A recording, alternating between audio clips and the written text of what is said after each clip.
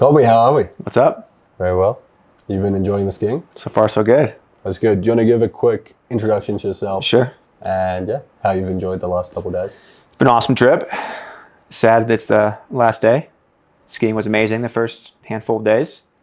But I run and own a functional / holistic medical practice. So we help people get healthy without using pharmaceutical drugs. I love it. And you're a doctor yourself? I'm a doctor. Well, Yeah. make sure to put that in there. Yeah, I know. What did you study? Naturopathic medicine. Okay, so So it was it's- always, did you know from like day one you wanted to go down that path? Not really. I actually took the MCAT and I was like pretty close to going to what I would consider to be like Western medical school. Yeah. But my junior year of undergrad, my dad's like, hey, like you're into health. Our family hasn't really practiced this way. You should go check out this school. And I randomly flew home, didn't tell my parents, checked out this school, and I was like, that's my path. Wow. So yeah. So your dad influenced the decision. He to go was like natural. It took me like a few years to actually tell him that, which is also interesting. Yeah. I was like, Was he like subconsciously pushing it, or did he No. actually want you to go down that he path? actually wanted me to go. Yeah. So he's been like holistic in his life as well. Yeah. So he's been a pretty big influence and factor for me to go on the path. Awesome.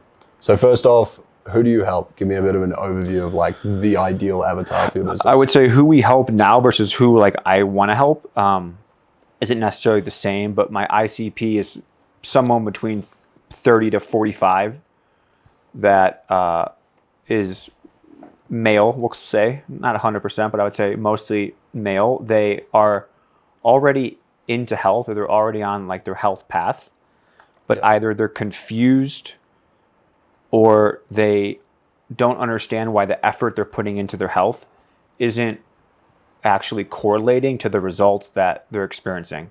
So that could be things like chronic problems, like thyroid problems or hair loss or low T, or it could be just like they don't feel optimal at 2 p.m. or their workouts, they can't lose the extra weight. So there's like probably 70% of my clients or patients now actually have a chronic problem. And then about 30% want to just take their health from like a 7 to a 10. Gotcha. And for this demographic, are they like corporate professionals? I would say the corporate professionals, a lot of entrepreneurs, they're individuals that have the means to pay for what we do, but they also question authority. So like they're already like a little bit skeptical of Western or conventional medicine. So they're like something about their experience either in the past or from their understanding like doesn't make sense with where they're at now. Nice.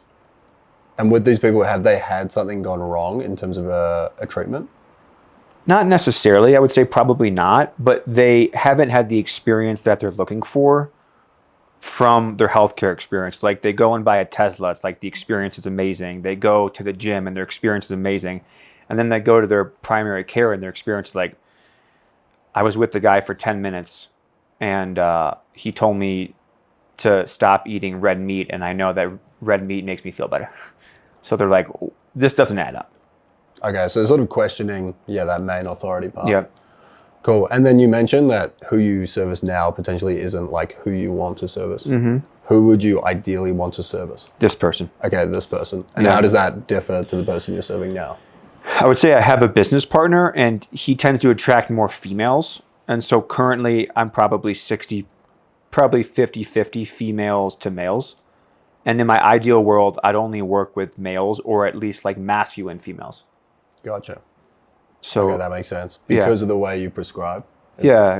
And like, I'm talking to women about their menstrual cycle, for example. It's like not my number one thing to do in the world.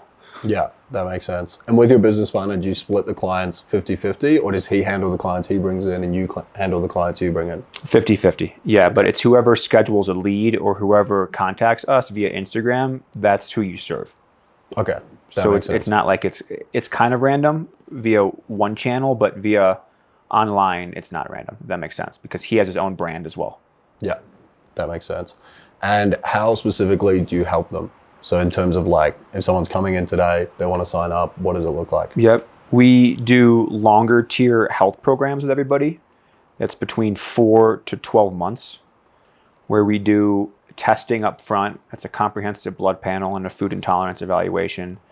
And then we ultimately help them optimize their everyday life through nutrition, detoxification, lifestyle, and supplementation. Yeah. So we say, hey, here are the levers we have to pull to get the results that you expect based on our expertise and based on the test. Here's how we're going to tackle that over a period of time. And then we have them implement changes, and then we touch base either every week or every other week to help them make sure they're staying on track and seeing results. Nice. And is it like a 4, 6, 12 or is it? Yep, exactly. Okay. Cool. 4, 6, 12. And exactly the same thing offered in each, or does it also tier in terms of proximity? It tiers in terms of proximity. It's the individuals that do the 12-month get access to us that we respond faster. Like oftentimes they'll have our cell phone number. And I would say they're like it's like our white glove offering, if that makes sense. So like we give them access to us. Yeah. And they have more testing and we respond faster basically. Nice. And what's the pricing? So start with the, I guess, entry tier at 4 months. It's $4,000, Yeah. $6,000, and $12,000. Awesome. And $10,000 actually, sorry. It's actually 4, 6, and 10. Okay. Nice. But transitioning up Yeah. to Yeah. 15? Yeah. Okay. Cool. Awesome. And in terms of deliverables on each of those, if you come in at the entry, how many touch points is that for you? It would vary depending on the program, but for the 12-month, it's 12 scheduled calls. Plus, if something happens, like we'll hop on a call with them. Cool. So it's like pretty much 24/7 support type. Like Yeah. I would say it's not concierge, but it's more 24/5. Yeah. 10/5. But like in terms of our calls, it's once a month. Yeah.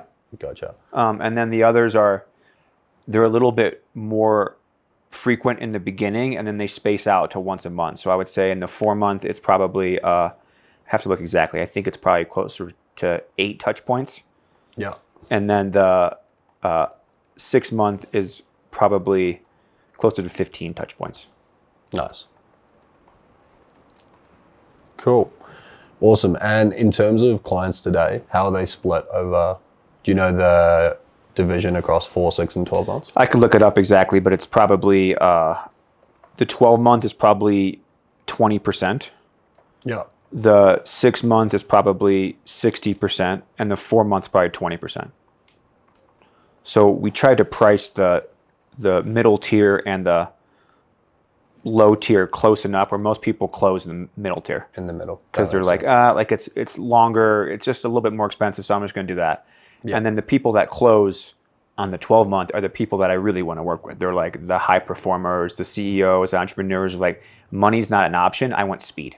Yeah. And so they're paying me for speed, ultimately. I like it. And total number of clients active today? Probably between the whole business, 80, maybe 70.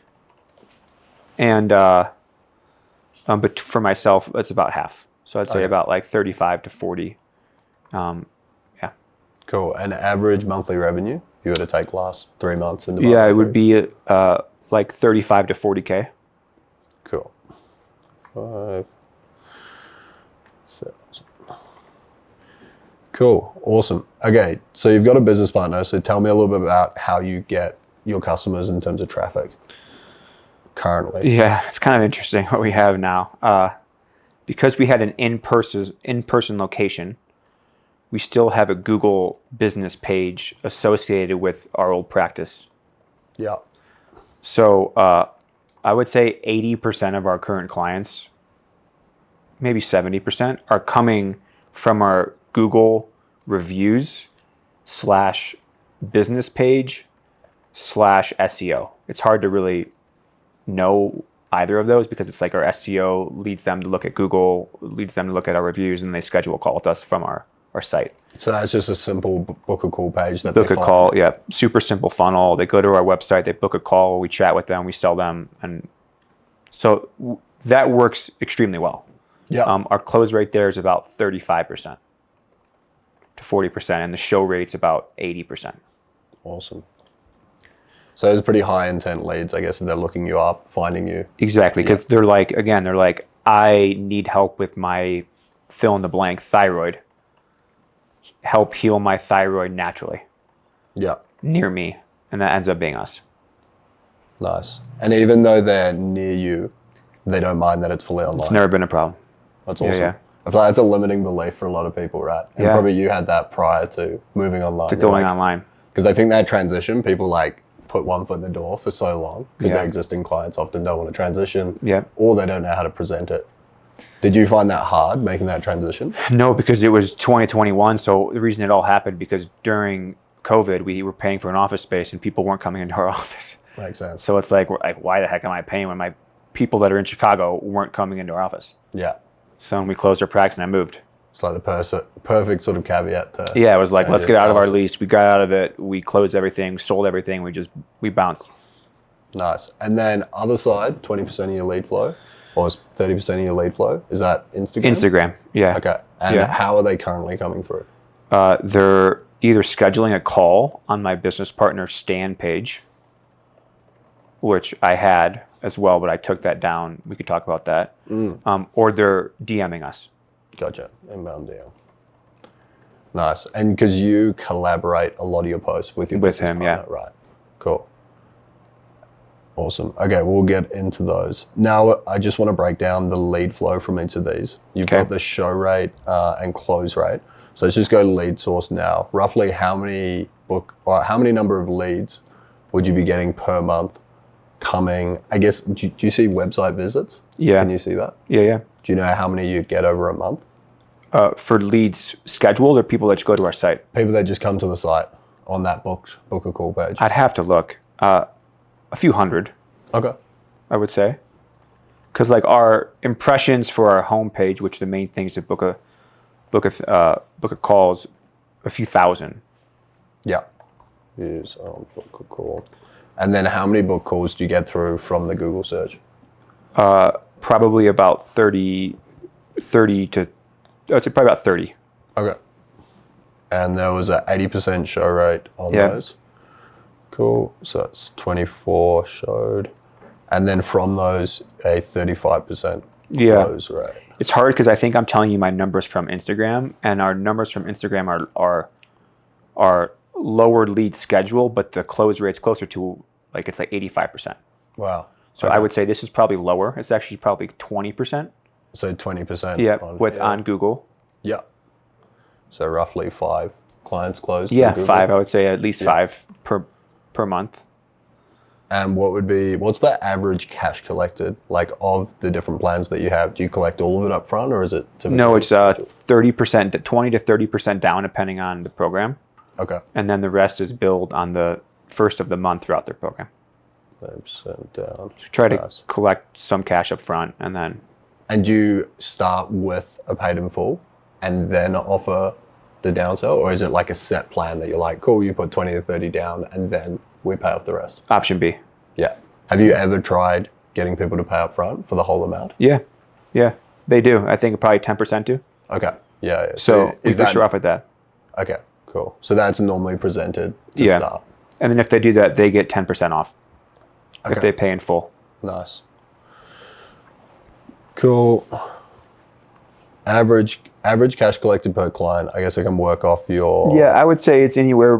It's over $6,000 because supplements factor in too. So I would say it's between $6,000 to $7,000 on the average. That's revenue though, right? Yeah, that's revenue, and then but our expenses are 7,000. But more that cash collected on that first call would be like 20 to 30%. yeah, exactly. It'd be at least $2,000 depending on the program. If not, if you average it out, some people are paying full, probably $3,000 to $4,000. Nice. And you have a good collection rate, I'd imagine, on those plans. Yep. Perfect. Now, Instagram. Do you know the lead numbers on that side? It's lower. I think in February it was 6 leads scheduled, 5 showed, 5 closed. Wow. Great close rate. Yeah. So it's like everybody that finds us via Instagram, they're already pre-sold, which is like we have our Google figured out. It's like, let's figure out social, then let's blast the moon. So really for you, it's just like a top of funnel, driving more people into the business. Yeah, exactly. Okay. Yeah. Got it. These would be about the same. Cool. Okay, I think we focus on Instagram, which we've spoken a little bit about. Do you Yeah. want to take me through like history of the page? I guess where it started to where it is now. Yeah, it's been been a journey, oh man. my gosh, it's been a journey. So I probably started posting like a year ago. I worked with that other brand, the other company, Yeah. and that it wasn't like actually me posting, so it performed terribly. Was it? What company was it? Personal brand launch. Oh, really? Yeah. I think yeah. I know them. I think she's great. Yeah, But yeah. I think it's Yeah.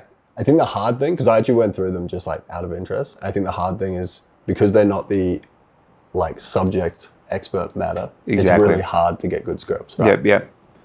And then I was telling them topics that I thought were interesting, but there was no data behind them. So like, became an interesting thing. Yeah. So I probably did that for 3 to 6 months, from like November, maybe to March, and I paused and everything because my performance was extremely poor on that. Before, this was like my social page. I had like 1,000 followers. I was like posting like me here in the mountains. I'm like, Still doing that today. Yeah. Well, here we are, I guess. Yeah. And then I started with you, I think, in last July or August, and that has evolved as well. And then my business partner and I started to do these graphics, which have been pretty killer. Which are epic. Yeah, they're. I think they look really good, and it's really cool. So you can basically put our values on one page, and so yeah. So I've been posting, I would say, on average 5 times a week. I would say it's been mostly just value heavy content, basically. Yeah. And I know I can do better, basically. I know there's so much juice left to squeeze, and if we can figure out like this funnel and my process here, it's like you have Google and you have this. It's like we can blast the moon and back. Yeah, I like it. Well, I think what's good is, you've already got one funnel, so don't touch that. Keep doing everything you're doing there, which sounds like it's almost pretty autopilot if it's SEO ranking. Yeah. And now the main one's going to be, how can we push people here? The only thing that I think is interesting is you could think about how those would work together in Thought tandem, about that, yeah. of like potentially directing people to your reviews or Google reviews, or at least having some reference to it in here. Yeah. I think that'd be really powerful, just to show like, this is who we are, this is what we've done. Because the whole point of this page is to try and use it like a dynamic landing page. Yeah. So the idea being that someone lands here, they have a thyroid issue.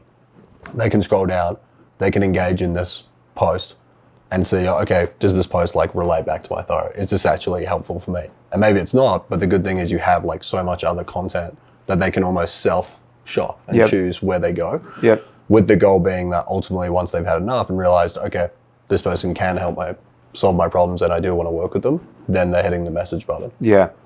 So the whole thing's like a dynamic landing page that someone can self-serve on the best parts of that.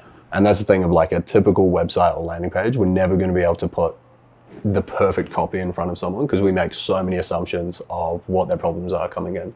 Whereas with this, you can essentially provide lots and lots of different opportunities to catch someone with your content. I love that. That's a good perspective. Yeah, so I'd say content's really good. I think what we've spoken about is transforming some of these carousels into more just like verbal pieces. Yeah. Particularly because the ideas that you've got in here are like so good and are performing so well that it makes so much sense just to transfer these. Awesome. So if you don't mind, like I'd love to take one of these and then just go through it and talk about like what that process would actually be like. Yeah. So maybe not this one, maybe like an actual problem. Let's keep scrolling down a little bit. Like how about this one? Like this is for like male fertility, basically. Yeah, nice. Yeah, so it'd be like, as an example, you could have a verbal storytelling or like verbal piece to camera where you could set, almost podcast style. And so you could be like, as a certified doctor, rating best fertility moves for men. And then it's like, you could say like fruit, 8 out of 10. And like, then you could be like liver capsules, 9 out of 10, grounding, 10 out of 10, cotton clothing, boom, boom, boom. And you're like basically working your way through all of these. And that could just be one format or one way that you could present this idea. You could also have it as like, these are my top 10 picks to build better swimmers for men. And then you can build it in that way as well. So you could take lots of different angles. I like the idea of having something where it's almost you rating it because you're going to get some, and the good thing about ratings is it sparks a little bit of like debate and controversy. Yeah. Some people are going to agree, some people are going to disagree. But yeah, these are like the perfect almost starting idea format for you then to spring off and create lots of verbal storytelling around this. It's amazing. It's like the content idea is already here. It's just about putting it in the right format. Yeah, exactly. And like true brands, they repeat the same ideas again and again Yeah. and again. And if you think of the brands that you love, like Nike, like all of the slogans that those big brands use, they're just repeated like time and time again. And that's because like the core values of the brand shouldn't change. If Yeah. they did, the brand would be super messy and it'd be very confusing to know exactly what the brand stands for. So you repeating these in different ways is just taking new angles on the same ideas, which I think is really important. I love it. But these are good. Next is going to be how we actually start driving this traffic. Because how many views are you getting every sort of 30 days? Do you know roughly? 2 the million. average? Yeah, 2 million. So you're getting a lot of eyeballs, but now it's about how do we take those eyeballs and start driving them to to message you, right?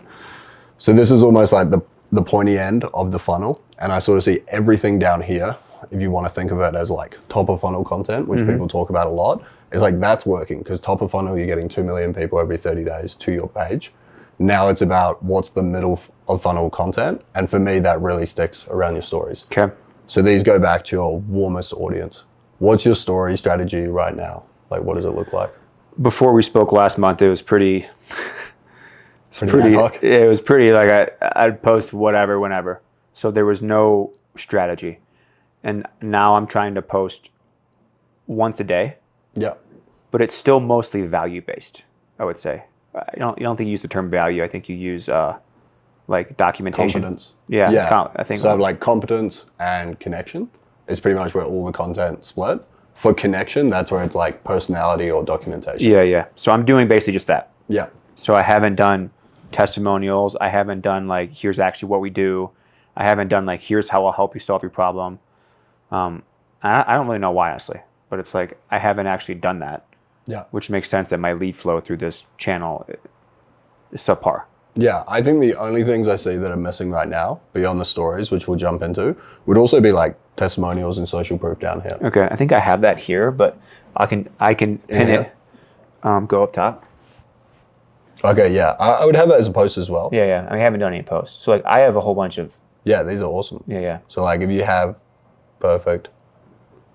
Yeah. I feel like because you have so much stacked social proof, Yeah. I would also put this down here and just have it pinned as well. Okay. But I would be quite selective if you truly do want to work with the demographic that we spoke about. Yeah. In terms of being like 30 to 45-year-old males, I would pick male testimonials. Yeah. It's good. Because it good will thought. become like a lookalike audience. Yeah. So I would have a stack of male testimonials here.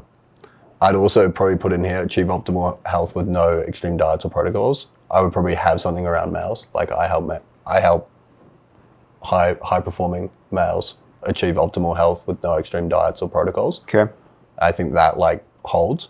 The only other thing I'd want to know is like the foundation first framework. Yeah. So when I think of your pin posts, I like the My Story post. Yep. I think this is good, but I think it would be even better if it talked about the foundation first framework. I was going to do that. Yeah. So I think that's what we'll do. Yeah, so I'd have My Story, which is connection. You'd have Mechanism, which is the foundation first framework, which would be competence. And then you'd have the social proof testimonials, which Cool. would be competence as well. And then those can be your 3 tiles here. I love it. So in terms of my bio, you think I should call out directly who I want to work with, even if it's not my ideal, even if it's not the highest percentage of individuals who I'm working with now? Of the 5 people you close to Instagram, were they male or a mix? Mix. I think there were 4 women and 1 male. Okay, I interesting. think it was actually opposite. I would say ultimately it's got to be down to like who you best think the foundation first framework's for, who you enjoy working with, who pays you the most long term. Yeah. I think definitely targeting that and getting really clear on that, because that's going to also direct your content strategy. Yeah. Because otherwise, if you just think about conceptually for your content, if you post one day, you know, these are the best things for swimmers, talking about like male fertility. Yeah. And then the next day you post female fertility. Yes, there is going to be some crossover because a male, you know, may share that with his partner, but it's not as much as if you're just like going down the like testosterone, building, you know, a purely male-based health maxing. Which sort is of like what I want to do. Because it's like, don't take peptides, do this instead. Yeah. For example, exactly. that's who I want to talk to. Yeah. Yeah, perfect. Yeah, I think definitely the peptide angle, like I would make them almost the antagonist of your story. I'm going to hammer them. Yeah. Hammer them hard. Yeah. I'm going to be like, Because yeah. they're everywhere. Yeah. And it's like, yeah, you were afraid to get the COVID vaccine, but now you get peptides from China. Yeah, no, It's yeah, like, the jab, it's like, what do you everyone. mean? Like that makes no sense. Yeah. Yeah. So I would take them and focus it purely around males. Okay. And then it's one of those things of like you'll speak clearer to one person. And I think the risk you run now is sort of trying to be everything to everyone, Yeah. particularly female and male. And it just won't cut as deep because your stories in particular, like you want to be able to connect with people really clearly on those stories. Yeah. And same with the social proof. Like you don't want to be going, oh, okay, here's like a female transformation or piece of social proof, and then here's a male one. And it's like, if you keep hammering like this is a male, here's how we increase his testosterone, here's how we got him off peptides, here's how we've improved his male fertility. Like Yep. you can see how it just keeps hammering on this like ICP who's struggling with all of those things. Yep. And it's like, wow, that's who I want to work with. I love it. I love it. One of my questions for you as well is that because I collab with Alex, my Yeah. business partner, he tends to be more creative and more, I'm going to use the word feminine, but just he's like hyper creative. So some of the collabs that he's done, for example, that one right there, Yeah. like it's pretty, it's like a little bit more feminine than what I would like, but it attracts a lot of eyeballs. So it's kind of like, is it worth it? I think it is for now. My view on this is like, the business will benefit more if you have 3 traffic sources: his page, your page, and the Google reviews. Yeah. It's a bit like when you start to merge all of them together, I just think you dilute sometimes what you're doing, and particularly with the collab post. Because if I was trying to maximize awareness, it'd be so much better that in your 2 million people that you reach every 30 days, that they have no idea who Alex is. Because Yeah. that means you've essentially got 2 million new eyeballs on your business Sure. every 30 days.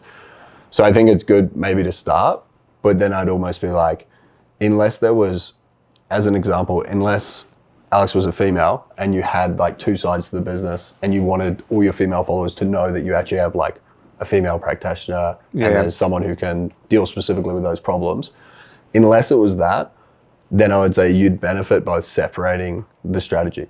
Okay. Because if you post these posts separately, it's like they could both do really well in 2 separate pools of people. Yeah. Which is a great outcome. I get it. Yeah. Yeah. Yeah. So do you think we should collab at all?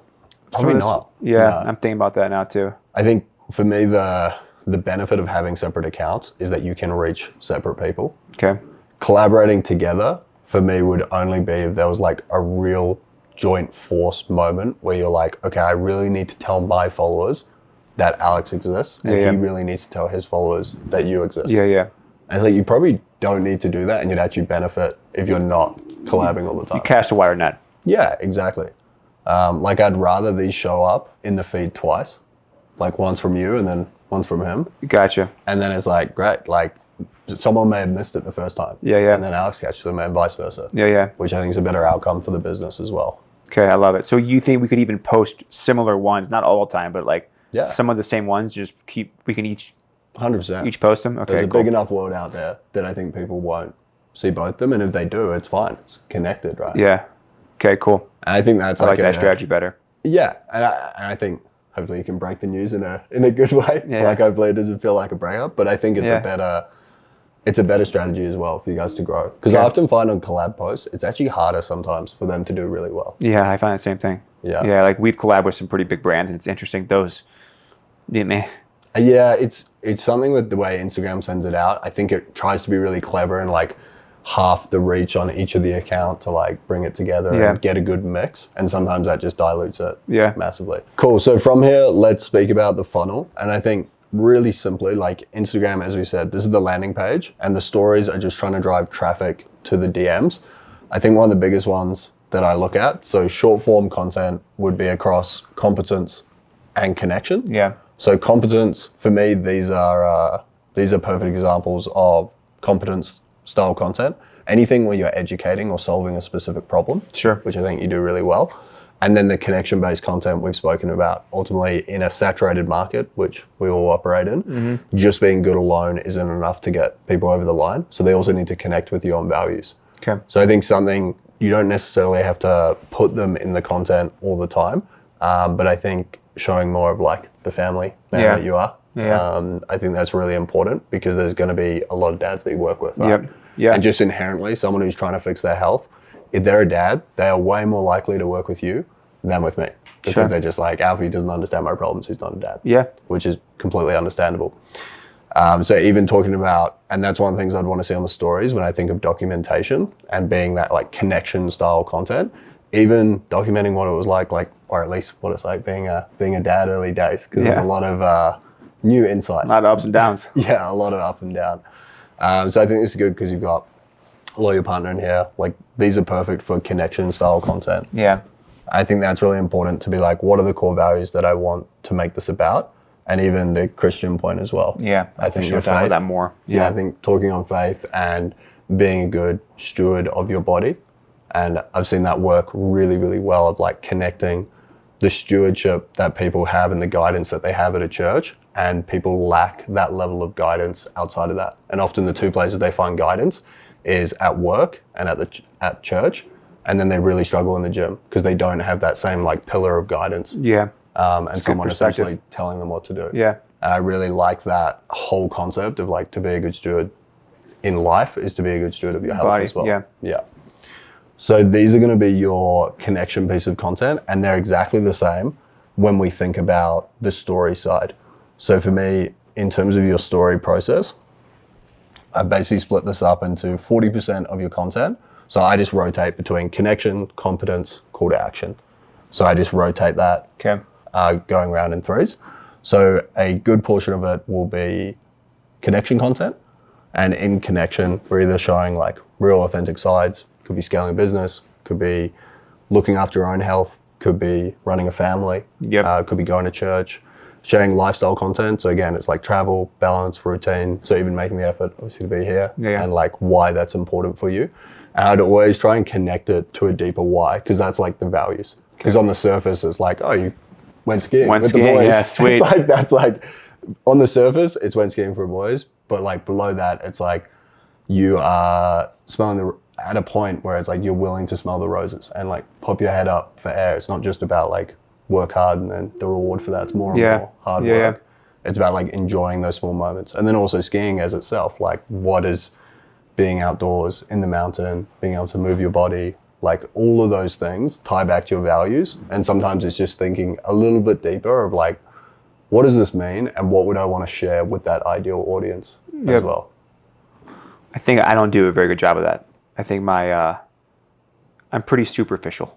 It's Yeah. like, I'm like here, it's like, okay, cool, I'm in the mountains, instead of being like, the reason I chose to come here is because I want to grow my personal brand to help my business to create freedom in my life Yeah. so that I can be a better dad. Yeah. Like that's actually, so it's actually coming back to like spending more time with my wife and child is actually why I'm here. Yeah. But I feel like that is going to resonate more than being like, I'm with the boys. we're here with the boys, baby. Yeah, and again, it's like, okay, that's like a statement around investing in yourself and investing in your future self. Yeah. So there's like a couple components. You could talk about delayed gratification. You could talk about investing in yourself. You could even talk about, things on the surface may not look as they seem. Like on the surface, it may look like you're away just skiing with a bunch of guys, but in reality, it's like this is about investing in your business and your brand and improving that so that in the future you have more time, you can provide more. Yep. So you can tie it back to so many different components, and that's why it's really important, again, coming back to that ICP, speaking about being a dad, speaking about being a provider, Yep. all of those things are naturally going to sit more with a male Yeah. in terms of their like values Yep. that they stack rank and have similar to yourself. Yeah.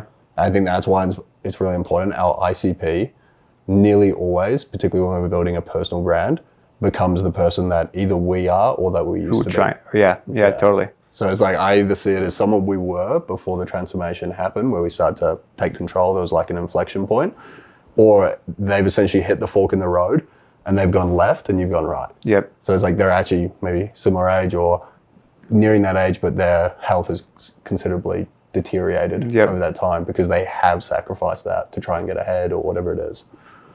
So again, every piece of content for the stories, connection-based, is trying to speak back to that ICP.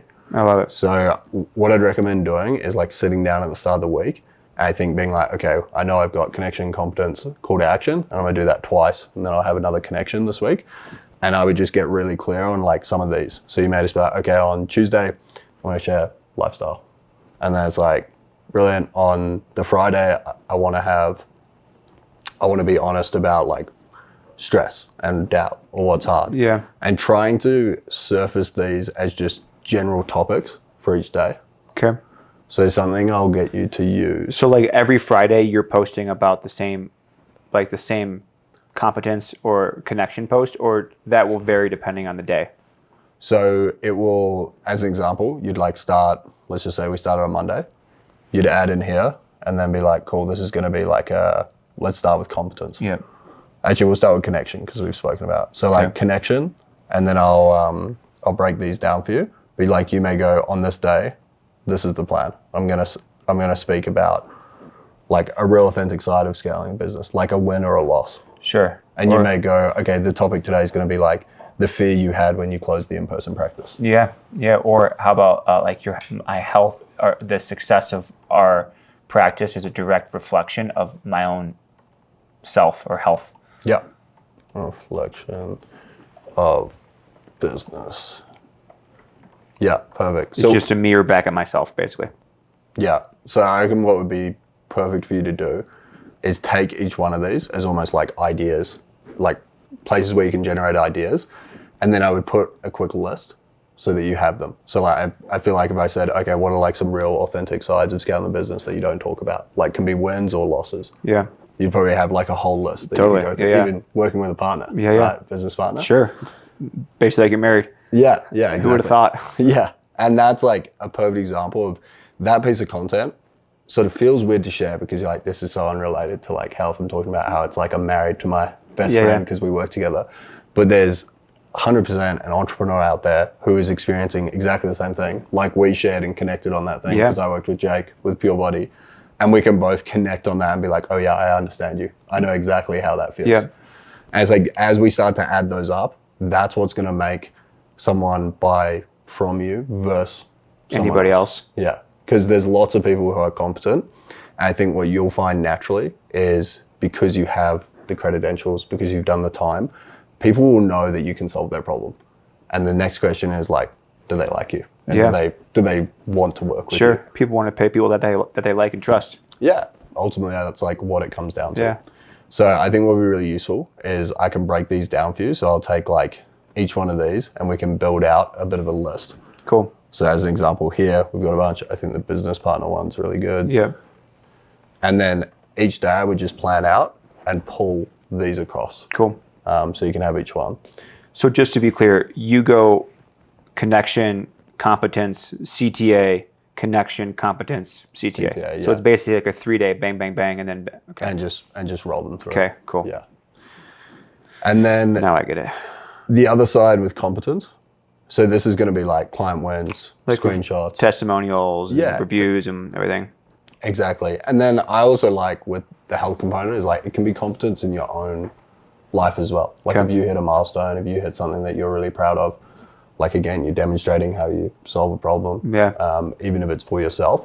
But I think given you've got so much social proof, the way that I would try and frame these is it doesn't always have to be like crazy transformation. It could literally just be like, just got off a phone call with Colby. That was awesome. Like I'm so proud of like where he's got to. This was like where he started, and you're sort of like showing a few pieces to it. Yep. So I think it's trying to give that insight of like, oh yeah, like he's doing the thing.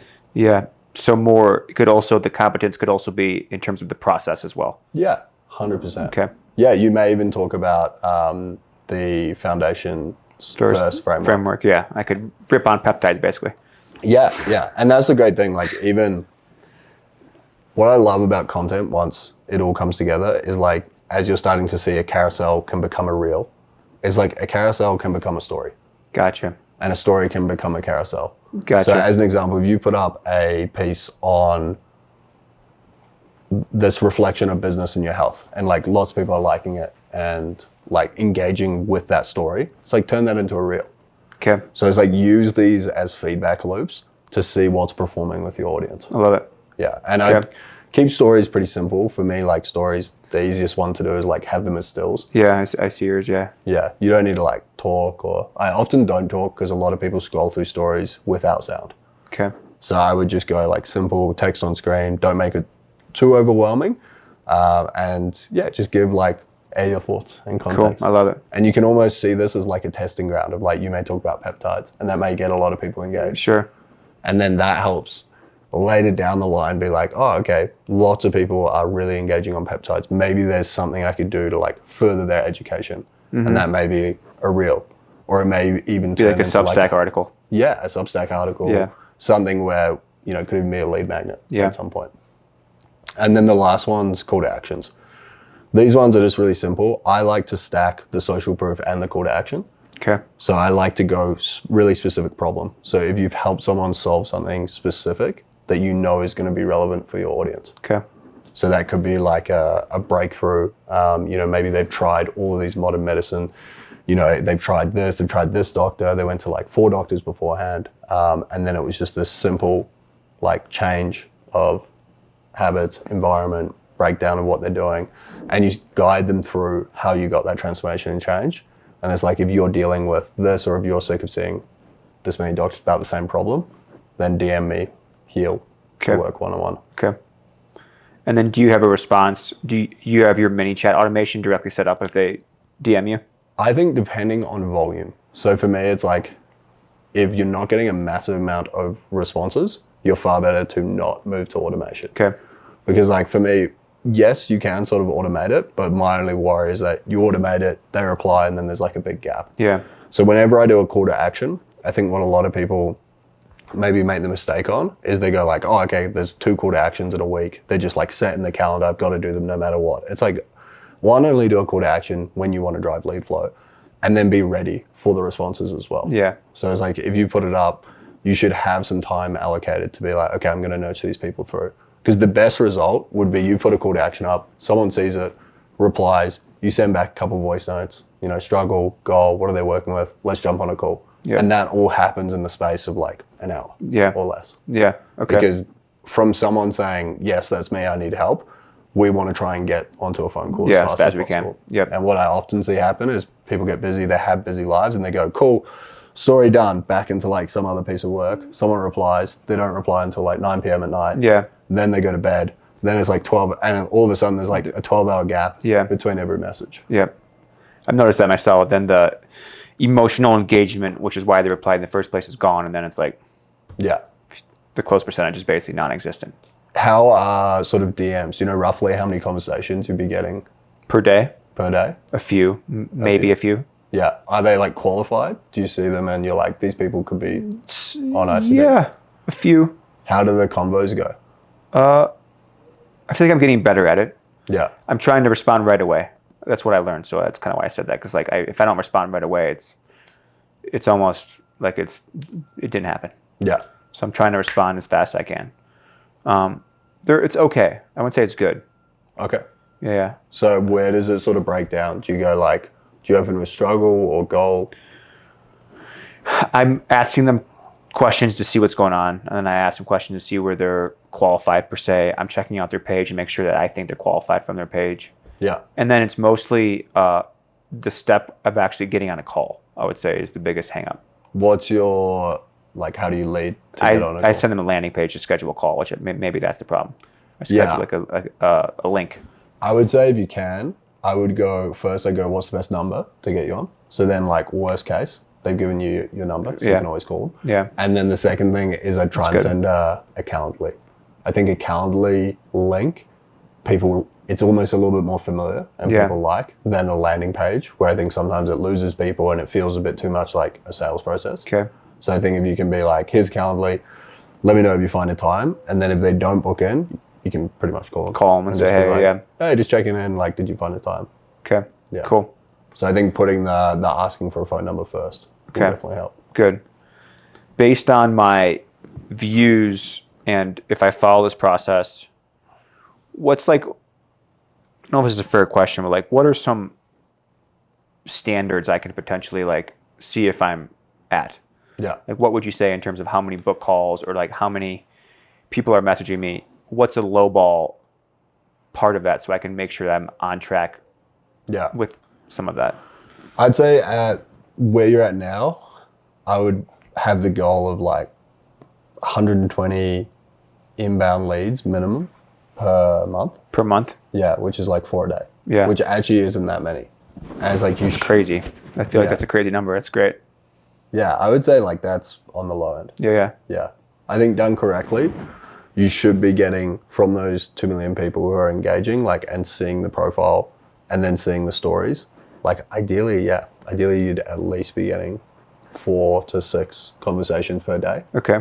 And then of that, crazy. about 20 to 30%. If you can get a 30% booking rate, that's really good. Okay. And then what for a close rate? What do you think that is usually? Yeah, it should, by the time, if you're like qualifying Yeah. them before, should still sit around like 40, 50%. Okay, cool. Yeah. Okay. So I'd say the goal for you is like the story selling, and I'd really want to set you up, particularly for connection, because you can do that ahead of time. And same with competence, like you've already got all of the social Yeah. proof. And I think it would just be taking the time, like even if we take these now, and if you think about like showing, like if you want to rattle off real authentic sides of scaling the business, wins or losses, like have there been a time, or even talking about like having to loan some money Yeah. to start the practice. Yeah, yeah. Taking a loan from my mom and dad and brother to start our business. So there I would tie that back to like gratefulness of family, and also knowing when to lean on your family Yeah. for support, and also not being like I think not being like embarrassed of that Yeah. as well. Do you feel like with some of these, it's with my brand, should I always tie them back to health, or you're saying this can live on its own? This could live on its own. So you got to think, if you want to target entrepreneurs, right? So someone who's like, you know, high risk tolerance, maybe they've had to loan some money before, Yeah, maybe yeah. they had to lean on their family for support. Like they're going to go like, shit, this like Colby guy, he really understands me. Like Yeah. he knows what it's like to like run a proper business. Yeah. Whereas all the other, you know, either fitness influencer dudes who don't know how to run a business, or, you know, these guys who are like, they're just like big practitioners. Like they don't really understand what I'm going through and the stress that I'm putting myself Yeah. under. So it's, again, you're relating back to them and trying to show like, yeah, I've been in the same position. Like I actually understand like where you are. That's a really good perspective. I think I try to relate everything back to health. Yeah. Well, Which- a lot of things are. Well, yeah, which let's be is honest, the yeah. crazy thing. Yeah, because like what I would have done with this is I would have related it back to like having community in your life is good for your health. It's important because then you can lean on when times are rough. But I understand your perspective that my life isn't just health. Health is, I mean, it is, but like I'm a father, a business owner. Yeah. So like the more that I can actually engage with that maybe on its own is a good idea as well. Yeah. So it can go that way, but I'd also encourage you to be like, just have it, you know, gratefulness for family. It doesn't Yeah. have to be like, oh, I'm grateful for my family because family is a pillar of my community and community is a pillar of my health. Like, Yeah, you yeah. know, because then it almost gets to a point where it's just like, are you only with your family because of your health? Like, Yeah. you know, they don't always have to be connected. And people, I think, will respect that as well. And that's why I'm also like pulling things that have a level of like, they're not always just like a win. Like, you know, the business partner piece, you're probably going to speak about like some of the positive and the negative aspects Yeah. of that. Of course. Yeah, which comes with it. In terms of, yeah, so like lifestyle, I think travel's really important. Like I would say like why travel is important. Yeah. And even, so the way I'd want you to think about this is even, it's a perfect example because we've obviously got closer as this trip has gone on. And it's like, the reason we've got closer is because we've shared things that are similar. Yeah. So it's like, you know, I'm asking, oh, would you ever like want a place out here in the mountain? You're like, yeah, I'd like love a place, you know, similar out here. And I'm like, cool, yeah, I read that, like so would I. And then I'm also, you know, you're asking about travel and you're like, oh, your parents sound like they travel a lot. I was like, yeah, they sort of, and that's where I got the like jet setting, travel a lot mentality. And it's like, okay, so we had similar upbringings, which like brings people closer. Yep. And it's the same with content. You're essentially doing that, and each story is just another way to connect with It's a someone good else. perspective. Yeah. Yeah. Because you do it really well in a just like one-on-one in person. Well, yeah, but I've always had a hard time doing that online, but it's basically the same skill set. Exactly the same. Yeah. Yeah. It's just I've been never like, thought about it like that. it's always like, how can you be liked at scale? Yeah. And like the best, I'll show you a good example. of I this. actually feel like I almost portray like a fake self at times, which is Interesting. I try to be like a macho man kind of, Yeah. which like isn't my personality really. Which I'd say will like harm you long term. Yeah, which is I never thought about that like that. Yeah. Because like the people you probably work with, like they're probably not macho men. Either. No, yeah. Like, and I have clients that are like what I would call more macho men. Yeah, yeah. You know, like on a show. Like Randy's a really good example. Like he's like proper, like high risk fitness. Yeah. And he's like this guy, and like I mean, yeah. like his whole thing's about shooting and Yeah. protection. But it's like, again, if you think about from a connection perspective, if that's your man, why is he sitting with his back to the door? Like you and I, it probably goes over our head, or at least for me, I'm like, I sort of get the reference, I think. But his avatar, they're like of to course. a T, they're Yeah. across this, and that's a perfect example of like, if someone comes at, he also, he turning fathers, leaders, and protectors, he targets probably the same avatar. Sure. But it's just way different. Yeah. Right? Like that avatar's from a demographic perspective, you target the same people. From a psychographic, completely different.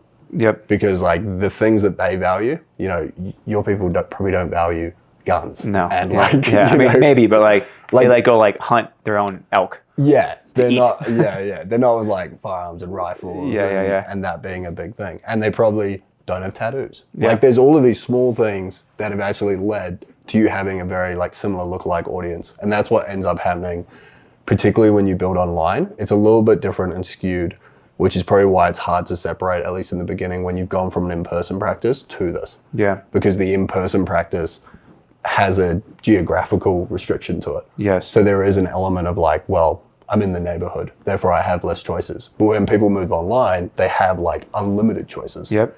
And that's why the connection piece becomes so important. I'll just show you this because I think it will relate to you. So like Brian Pruitt, who creates like great content and targets dads. And then here it is. It's like the masculine urge to be the strongest, wealthiest, and most generous man in your bloodline. Dads don't raise their daughters, they raise their standards. I would die for my family. Okay, but so all of it is based around, being a strong dad, being a provider. And he speaks like really clearly to that avatar. And his big pillars are really like fitness, faith, and family. And he always comes back to those in his content. And then his competence is more like 3 underrated habits for strong dads. Yeah, and he's naked. Yeah, Jacked. jacked, Makes jacked sense. and naked.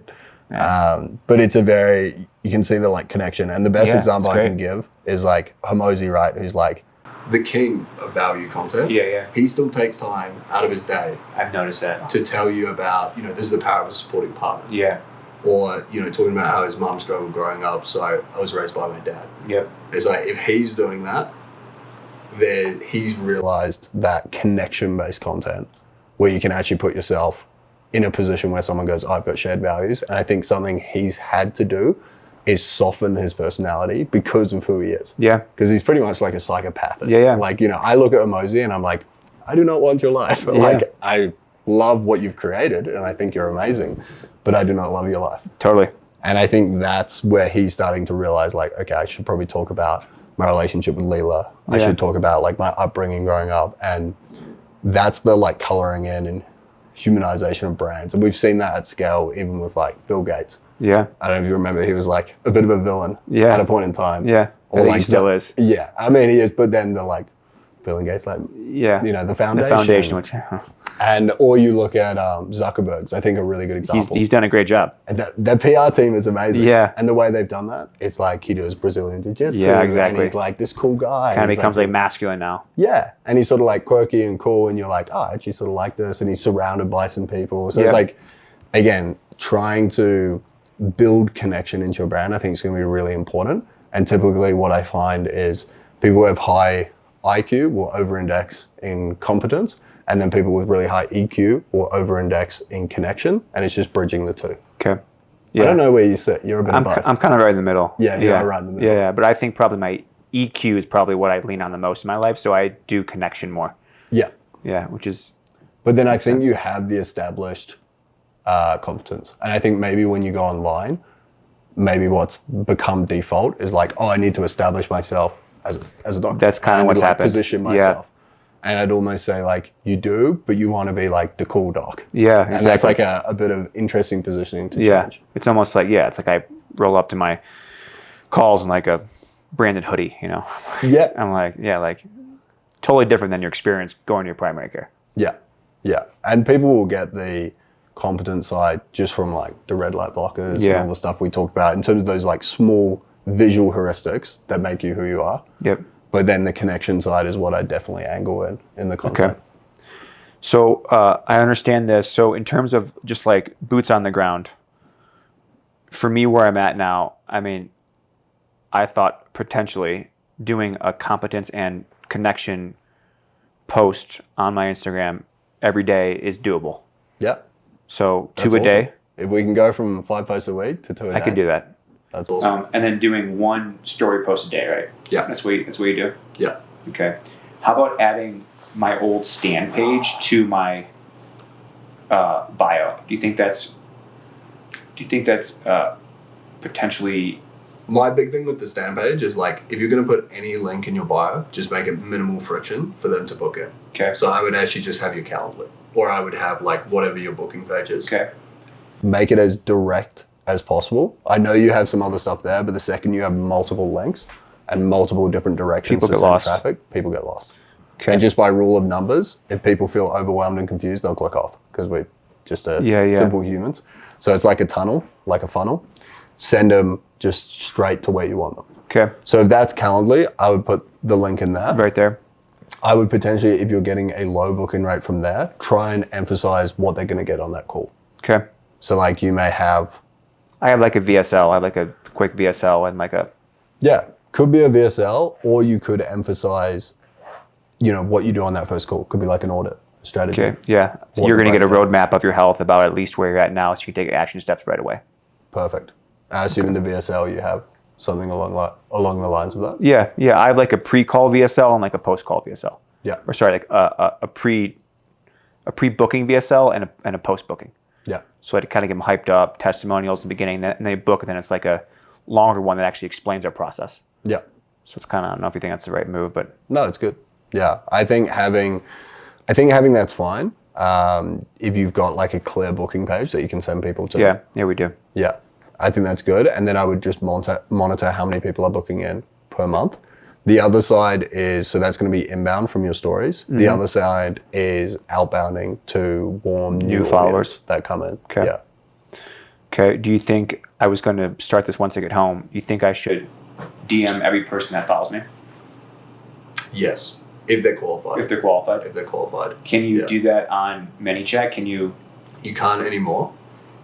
So I would do. Meaning that you can't DM new followers?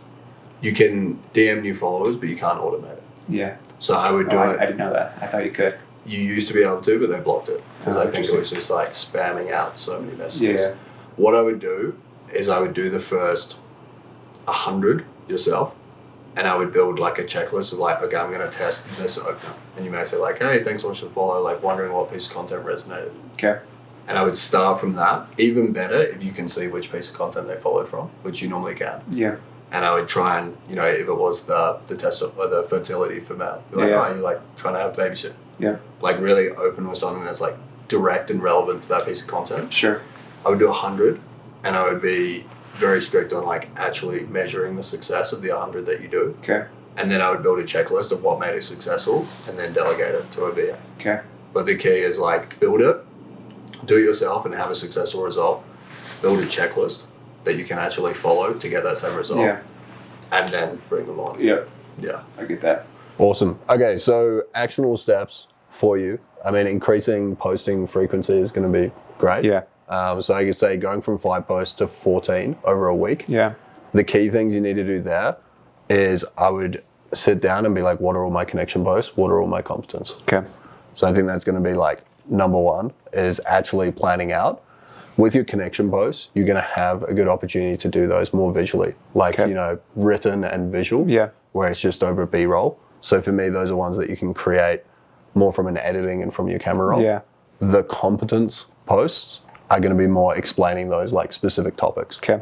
And I think isolating your ICP from female and male and just going after male, you've got an opportunity to speak on way more specific problems. Okay. And I would say your carousel posts that you've done, those would fall under competence. Okay. And those could be translated into visual Videos as well. storytelling. Yeah, into videos.